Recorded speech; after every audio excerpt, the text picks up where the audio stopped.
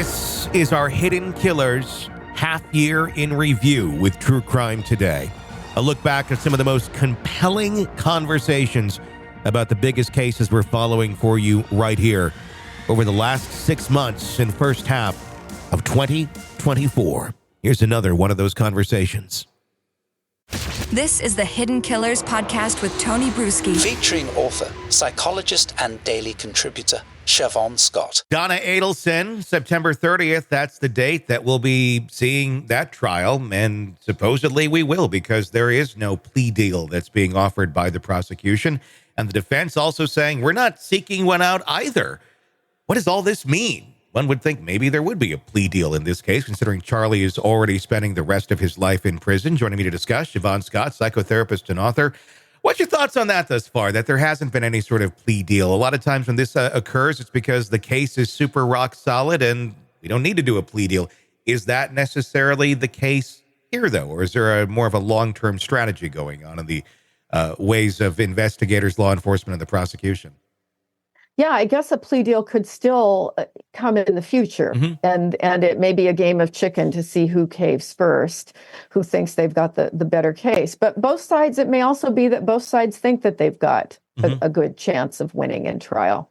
What I'm wondering about here, what came to mind when I saw this, of both sides really staunchly coming out saying, we don't want one, we're not going to offer one. Okay. What I'm wondering, and obviously knowing what we know about the Adelsons and how much they just kind of have that narcissistic bubble going on about themselves. It does make me wonder a little bit if we're not going to do a plea deal here, because there's still two other people out there that we have some suspicions of, Wendy and Harvey. And if we do a plea deal, well, then discovery's not really going to continue. All that's going to be put to the side and, case closed for the most part. But if we keep doing those things, we can keep getting more information. And I'm wondering if it's just a strategy of let's take them down one by one, piece by piece. More will come out as we dive into learning about Donna, and maybe that next puzzle piece will come by not offering that deal. And the only way we're going to get that is by not offering that deal. What's your thoughts on that? Yeah, that makes perfect sense. That had not occurred to me, but I think that's very, very possible. What do you think is going on in the mind of Donna Adelson right now as she sits in her jail cell waiting for that September 30th trial date, knowing that, Charlie's already been convicted? You got, some options here as to what you can say to try and have a defense. You can throw it all on Charlie and say, look, I have nothing to do with this. I was mom. He said some things. I didn't really think about it. What kind of strategy, if this does go to trial, do you think that they're going to try and employ here?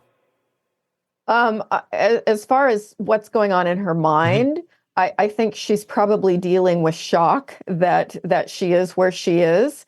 I'm not sure about her sense of what she would want as far as strategy, other than, I'm sure she would like to be completely exonerated and maybe grandiose enough to think that that's what's going to happen. I would doubt that she would throw Charlie under the bus because, again, with this rather narcissistic family unit, he is a reflection of her, and she would probably like to see him vindicated, which obviously is not going to happen.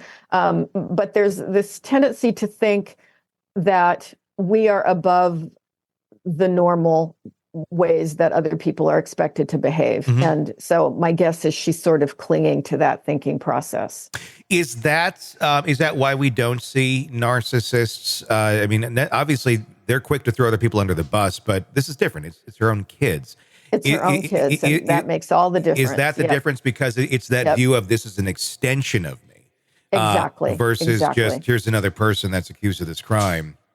Yeah. Everybody else is expendable, but for the narcissist, their children are a part of them.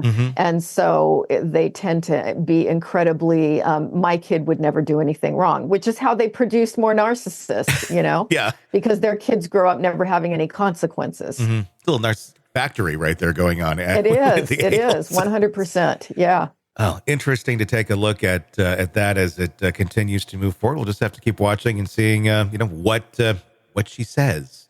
Gotta watch those phone calls. Want to listen ad-free? Want advanced access to all of our interviews before anyone else?